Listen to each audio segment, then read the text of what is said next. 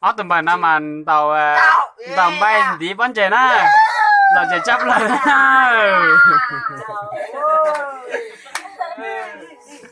ý cờ kia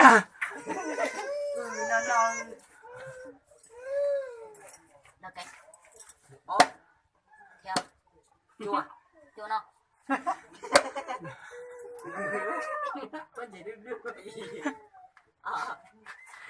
là chè cờ kia đó Cháu tôi biết thế ngọt. Ô nì. Người.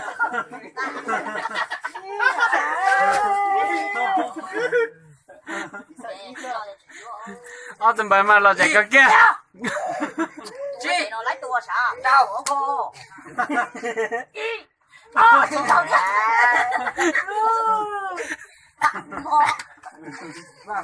Rồi. mà tin đắt không là chè cờ kia ở tầm bài nào nè dân tàu cờ kia thế nào ở tầm nào nè Ăn long. Đi. Có bông yêu. Chị. Trang kia không? Trang kia. Chị nó nhá. Trang ra, các chị sang vào mày nha. là chè cờ kia ở tầm bài nào nè cha cờ nó bắn chè đúng kia là nào nè Sao của Nina? Sai điểm không? Có gì chào mà có mất đèn sai. do là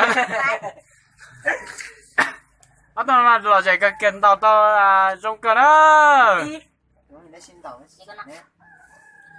đi bắn chè sao bắn chè đúng kia này bọn con đi cho lọc cái thọ xin chào dân chào cô rồi nè Nó cá sấu.